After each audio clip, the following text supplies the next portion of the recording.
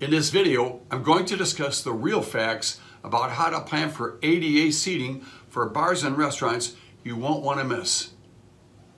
Coming up. Bar Designers, International Bar Design. Hi, I'm Rick from Bar Designers, where I share my passion about bar design, draft beer system design, and product reviews. If you're new here, please subscribe and check out the show notes and affiliate links in the YouTube description below. Now let's jump into the show.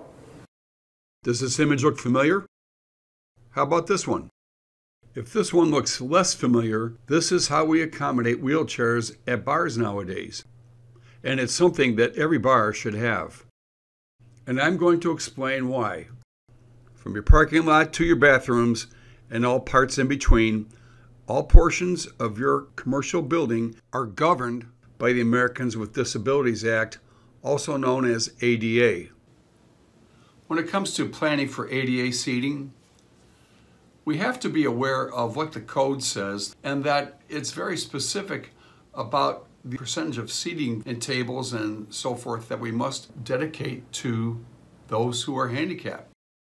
In this plan, we'll see that there are a total of 3 bars, a restaurant, and nightclub seating. According to my good friend and industry expert, Hank Falstead of Access Technology Services, the 2 documents that serve as code for ADA are the Americans with Disabilities Act of 1990 and the ADA Amendments Act of 2008. These are federal statutes and therefore supersede IBC, ANSI, and all local codes. Hank is an architect with many years' experience and is a principal of Access, which is a compliance litigation management firm as it relates to federal statutes with ADA.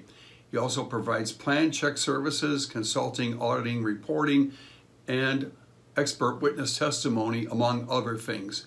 Hank is really the go-to guy in this space. And in order to comply with ADA, we need to understand that we have to have accommodations for the handicapped in all areas of this club, including the restaurant and the bar. This is not optional. When it comes to ADA code requires that we have a minimum of 1, but not less than 5% of the surfaces dedicated to ADA seating.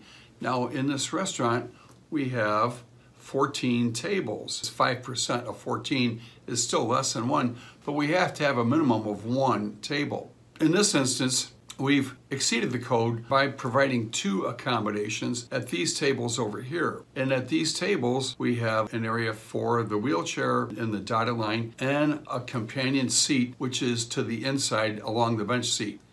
Here you'll see the website called tablebases.com, which has a very thoughtful presentation on ADA seating as applies to table. You'll notice that the ADA patron has a 48-inch space that they are allocated, and 19 inches of the leg space goes underneath the table. By statute, have to be given a 3-foot clearance aisle behind them so that people can pass through the area of the restaurant, what have you, and that these clearances do not overlap. If you look at it in elevation, it looks like this. The ADA patron sits at the table, their legs are underneath it, and then the 3-foot aisle would be behind them. Now with respect to the nightclub seating here, the tables, we have a total of 22 tables that are in this area here. We really need to have 1 accommodation, which is 5% of the surface anyway. And as a matter of fact, we actually have 2. We have a 4-top table over here where 2 people could sit in wheelchairs, along with 2 companion seats. Now when it comes to seating at bars, ADA is very specific that bar seating is to be calculated separately from table seating. Even though we have proper accommodations at tables, bars are yet a different type of surface.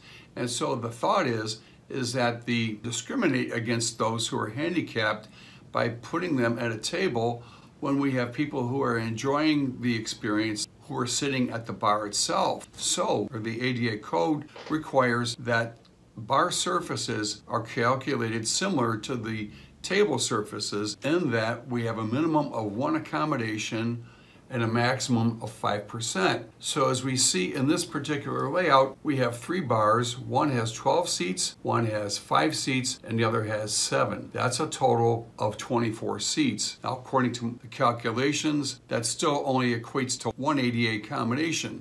Now, when I laid this seating out for ADA accommodation on this particular bar, I have one that's designated at this L-shaped bar over here at the short end. Now, you say, well, what if 2 people come in a wheelchair? Now what do? Now, what a thoughtful bar owner would have probably an extra one, even though one is only required. Because in today's litigious society, you know, someone's going to say, well, why didn't you have 2? Look at the size of this place. You have 3 bars. Well, a thoughtful and considerate bar owner would have 2 accommodations for ADA. And one thing that you need to know is that the ADA is a federal statute, as I mentioned before, and these cases are tried in federal courts by federal judges. And also what you need to know is that the plaintiff's legal fees and professional fees are paid for by ADA. So bar owners and their architects have no chance of winning these cases because the opposing counsel is already paid for by the ADA, and most of the juries are very sympathetic to these particular cases. If you need more information about bar and restaurant clearances, seating, planning, dimensions, and that sort of thing, please check out this video series, which has a host of related information. Thanks for stopping by today, and if you enjoyed this video, please hit the like button, and please subscribe. See you next time. Bar Designers, International Bar Design.